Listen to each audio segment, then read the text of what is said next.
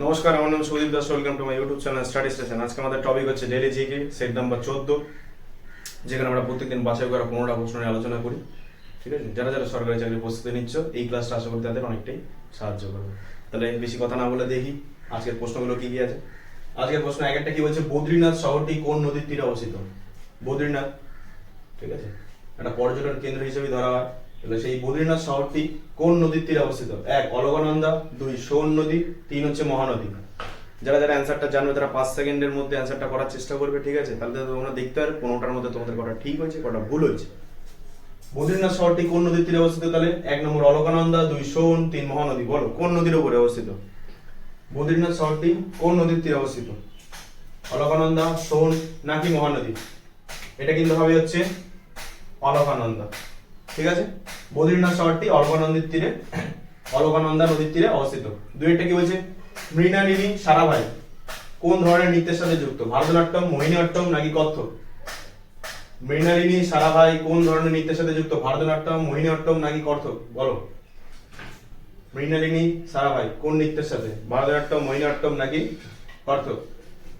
এটা হয়ে যাবে আমাদের একেরটা ভারতনাট্যম। ভারতনাট্যম হচ্ছে কোথাকার নৃত্য? ধ্রুপদী নৃত্য, তামিলনাড়ু। ঠিক আছে, মনে রাখবে। তিনটে কি বলছে, নিম্নের কাকে হোমিওপ্যাথির জনক বলা হয়? মেন্ডেল, হ্যানিম্যান নাকি চরক?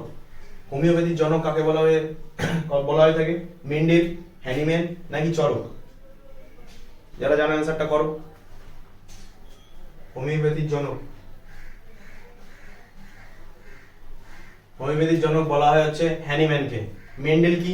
মেন্ডেল হচ্ছে জেনেটিক্স বা বংশগতির জনক। চরক হচ্ছে আয়ুর্বেদ শাস্ত্র যেটা আছে তার জনক।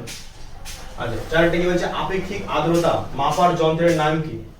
আপেক্ষিক আর্দ্রতা মাপার যন্ত্রের নাম কি? হাইড্রোমিটার, ব্যারোমিটার নাকি হাইগ্রোমিটার? কোনটা হবে? হাইড্রোমিটার, ব্যারোমিটার নাকি হাইগ্রোমিটার? বলো কোনটা হবে?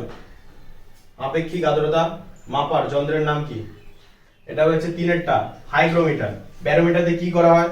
বায়ুর চাপ মাপা হয়। বায়ুর চাপ মাপা হয় কি দিয়ে? ব্যারোমিটার সাহায্যে। হাইড্রোমিটার দিয়ে কি হয়? তলের আপেক্ষিক ঘনত্ব মাপা হয় হাইড্রোমিটার দিয়ে। আচ্ছা, পাঁচটা কি বলছে, প্রথম মহিলা ভারতরত্ন প্রাপকের নাম কি?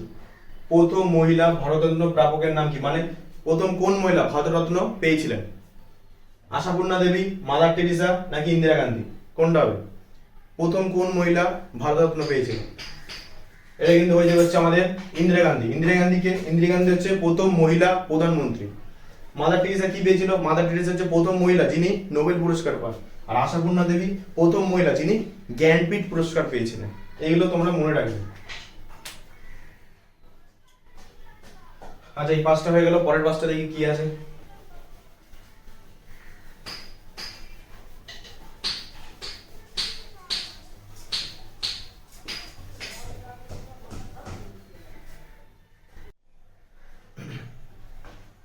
আচ্ছা, ছয়টা কি বলছে?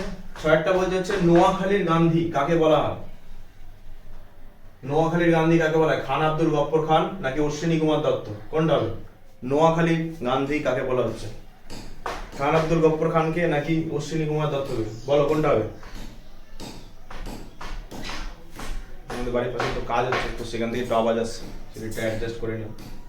নোয়াখালীর গান্ধী কাকে বলে? নোয়াখালীর গান্ধী বলা হচ্ছে অশ্বিনী কুমার দত্তকে। খান আব্দুল গফফর খানকে কি বলা হয়? সীমান্ত গান্ধী। ঠিক আছে। সাত আটটি হচ্ছে বঙ্গভঙ্গ আন্দোলন রদ করা হয় কবে? 1911, 1930 নাকি 1922? কোনটা হবে? বঙ্গভঙ্গ আন্দোলন রদ করা হয়েছে কবে? 1911, 1930 নাকি 1922? এটা হয়ে যাবে 1911। আরেকটা কি বলছে, কংগ্রেসের দ্বিতীয় অধিবেশনে সভাপতি কে ছিলেন? কংগ্রেসের দ্বিতীয় অধিবেশনের সভাপতি কে ছিলেন? রাসবিহারী ঘোষ নাকি দাদাভাই নৌরোজি? বলো, কংগ্রেসের দ্বিতীয় অধিবেশন কিন্তু হয়েছিল কলকাতায়।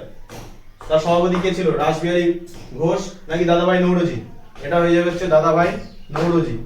আচ্ছা, নয়টা কি বলছে, মৌমাছি কার ছদ্মনাম? মৌমাছি নিম্নের কার ছদ্মনাম? প্রেমেন্দ্র মিত্র, বিনয় ঘোষ নাকি বিমল ঘোষ? বিমল ঘোষ, বিনয় ঘোষ, গুলি যাতে না যায়। প্রেমেন্দ্র মিত্র, বিনয় ঘোষ, বিমল ঘোষ, কে হবে? মৌমাছি হচ্ছে কার ছদ্মনাম? বিমল ঘোষের। বিনয় ঘোষের ছদ্মনাম কি? কালো পেঁচা। আর প্রেমেন্দ্র মিত্রের ছদ্মনাম কীর্তিবাস। এগুলো মাথায় রাখবে। দশটা কি বলছে, গোলাপী বিপ্লব নিম্নের কিসের সাথে যুক্ত?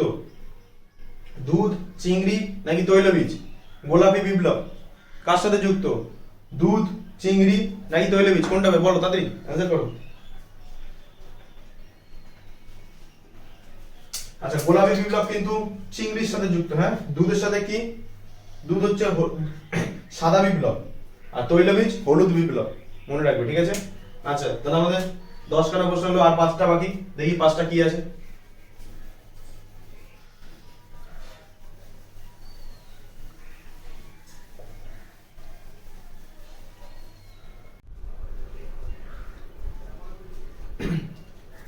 আচ্ছা 11টা কি বলছে, আর্মি ডে কবে পালিত হয়? 12ই জানুয়ারি, 15ই জানুয়ারি নাকি 26শে জানুয়ারি, কোনটা হবে? আর্মি ডে, সেনা দিবস কবে পালিত হয়? 12ই জানুয়ারি, 15ই জানুয়ারি নাকি 26শে জানুয়ারি? আর্মি ডে কিন্তু পালিত হয় 15ই জানুয়ারি। 12ই জানুয়ারি কি ন্যাশনাল ইউথ ডে, মানে হচ্ছে জাতীয় যুব দিবস, আর 26শে জানুয়ারি কি সবাই জানো প্রজাতন্ত্র দিবস। আচ্ছা 12টা কি বলছে, দীপন প্রাবল্যের এসআই একক কি? দীপন প্রাবল্যের এসআই একক কি? ক্যান্ডেলা, রেডিয়ান নাকি কেলভিন? ক্যান্ডেলা, রেডিয়ান, কেলভিন, কোনটা হবে দীপন প্রাবল্যের এসআই একক? দীপন প্রাবল্যের এসআই একক হবে ক্যান্ডেলা। রেডিয়ান কি? রেডিয়ান হচ্ছে কোণের একক, কোণের এসআই একক রেডিয়ান। কেলভিন উষ্ণতার এসআই একক, এটা আশা করি জানা সবাই। 13টা কি বলছে, ইউনেস্কো সদর দপ্তর কোথায় বলো? প্যারিস, নিউ ইয়র্ক নাকি হেগ, কোনটা হবে? ইউনেস্কোর সদর দপ্তর, ইউনেস্কোর ফুল ফর্ম কি? United Nations Educational, Scientific and Cultural Organisation, কোনটা হবে? প্যারিস, নিউ ইয়র্ক নাকি হেগ? এটা কিন্তু সদর দপ্তর হয়ে যাবে হচ্ছে আমাদের কত, এক একটা, প্যারিস। আচ্ছা সুব্রত কাপ কোন খেলার সাথে যুক্ত? ফুটবল, টেনিস নাকি বাস্কেটবল, কোনটা হবে? সুব্রত কাপ, সুব্রত কাপ কোন খেলার সাথে যুক্ত? ফুটবল, টেনিস নাকি basketball? Subrata cup football, Subrata cup football খেলার সাথে যুক্ত। আচ্ছা 15 নম্বরটা কি বলছে, ইয়ং ইন্ডিয়া বইটির রচয়িতা কে? ইয়ং ইন্ডিয়া বইটির রচয়িতা কে? বিক্রম শেঠ, মহাত্মা গান্ধী নাকি অশ্ব ঘোষ, কোনটা হবে?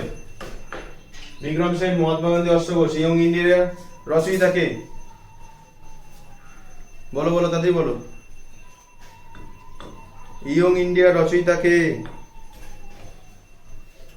এটা হচ্ছে মহাত্মা গান্ধী, ঠিক আছে। বিক্রম শেঠ, বিক্রম শেঠের একটা বইয়ের নাম কি? আ সুইটেবল বয়। অশ্ব ঘোষ কি? বুদ্ধ চরিত রচনা করেছেন। আচ্ছা আজকে আমাদের এই প্রশ্ন এই কটাই ছিল। পরের দিন আবার নতুন বাছাই করা 15টা প্রশ্ন নিয়ে আসবো, ঠিক আছে। ভিডিওটা কেমন হচ্ছে তোমরা আমাকে অবশ্যই কমেন্টে জানাও। ভিডিওটা ভালো লাগলে একটা লাইক করে দাও, যদি কোথাও বুঝতে অসুবিধা হয় সেটাও কমেন্টে জানাও। বন্ধু-বান্ধবদের সাথে শেয়ার করো। আর প্রত্যেকদিন রাত 8টায়, সোম থেকে শনিবার অবধি রাত 8টার সময় ভিডিও ছাড়া হবে। কালকে একটু সমস্যার কারণে ওটা 35 মিনিট লেট হয়ে গেছে। তো ভিডিওটা ভালো লাগলে অবশ্যই লাইক করবে আর বন্ধুদের শেয়ার করবে। আর প্রত্যেকদিন যাতে তোমার কাছে পৌঁছে তার জন্য কি করতে হবে, চ্যানেলটাকে অবশ্যই সাবস্ক্রাইব করবে, ঠিক আছে। তাহলে দেখা হচ্ছে পরের ভিডিও, বাই।